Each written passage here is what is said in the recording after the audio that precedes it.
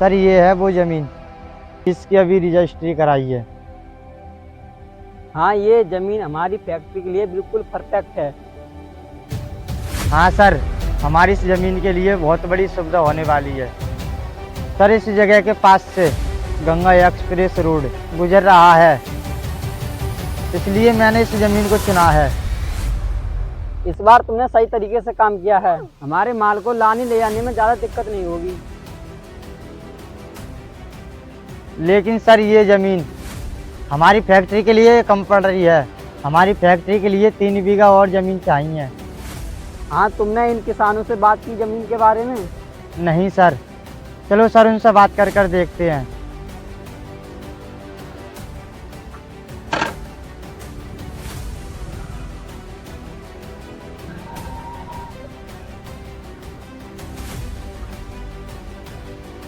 जरा सुनियो, ये ज़मीन तुम्हारी है क्या? जी साहब, हमारी है। ये बताओ, ये ज़मीन तुम्हारी कितने बीघा है? साहब हमारी ज़मीन 3 बीघा है। ऐसा है कि हमने फैक्ट्री बनवाने के लिए तुम्हारे पास की ज़मीन खरीदी है और उसमें 3 बीघा ज़मीन और चाहिए, इसलिए तुम्हारी 3 बीघा ज़मीन हमें चाहिए। साहब हमें अपनी ज़मीन नहीं बेचनी। तो चलो, इस ज़मीन के बदले 3 करोड़ रुपए दूंगा। 3 करोड़ रुपए अपने सपने में भी ना देखे हुए। हाँ भाई, क्या सोच रहे हो? साहब हम अपनी ज़मीन बेचने के लिए तैयार हैं। क्या भैया आप पागल हो गए हैं? ये लोग फैक्ट्री बनवाने के लिए ज़मीन खरीद रहे हैं। अगर यहाँ फैक्ट्री बन गई तो प्रदूषण के कारण हमारा जीना मुश्किल हो जाएगा। साहब हमें यहाँ कोई ज़मीन नहीं बेचनी है, आप जाइए। संजय तू चिप्परे में बात कर रहा हूँ ना, तू जा यहाँ से।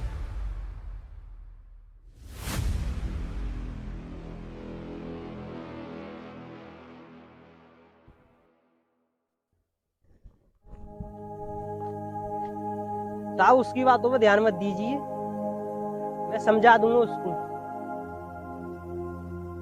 हाँ, मान जाए तो अच्छा है, तुम लोग सोचकर क्लियर कर लेना। ठीक है साहब, मैं शाम तक बता दूंगा।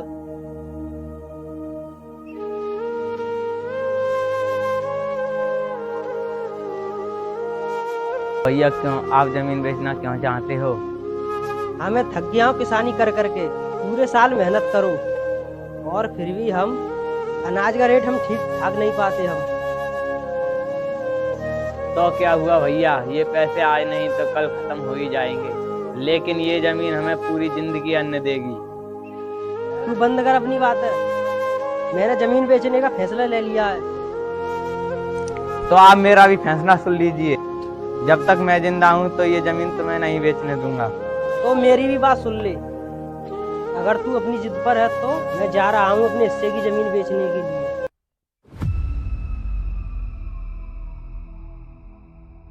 क्या हमने लेंगे तुम्हारी 1.5 बीघा ज़मीन? हमें पूरी 3 बीघा ज़मीन चाहिए। अब मैंने अपने भाई को बहुत समझाया, लेकिन मेरा भाई जमीन बेचने के लिए मेरा भाई बिल्कुल तैयार नहीं है। अच्छा, तो ऐसा है, एक बार मुझे भी समझाने का मौका दो। साहब कोई फायदा नहीं है, बहुत जिद्दी है। जब उसने मेरी बात ही ना मानी तो आपकी क्या मानेगा। आप मेरे हिस्से की जमीन ले लीजिए। नहीं, हर हालत में तुम्हारी और तुम्हारे भाई की ज़मीन 3 बीघा चाहिए। अब जाओ यहाँ से तुम। क्या सर हम फैक्ट्री का काम शुरू करा दें? नहीं, जब तक ये पास वाली ज़मीन नहीं मिल जाती, जब तक फैक्ट्री का काम चालू नहीं कराऊंगा।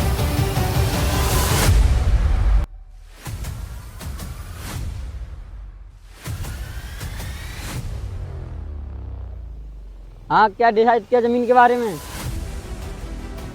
नहीं, मैं ज़मीन बेचना नहीं चाहता। हाँ, सोच लो।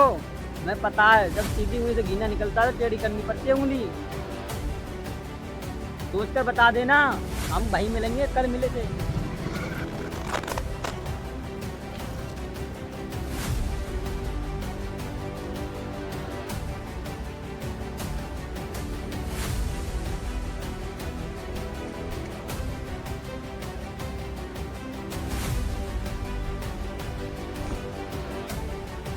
हेलो, हाँ कहाँ पर तुमसे एक ज़रूरी बात करनी है।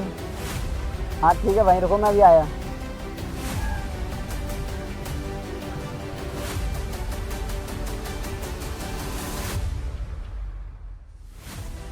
बताइए सर क्या बात है।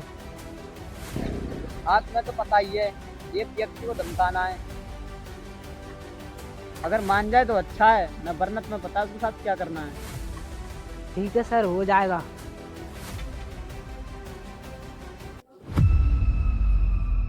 अच्छा है तुम मान गए तो।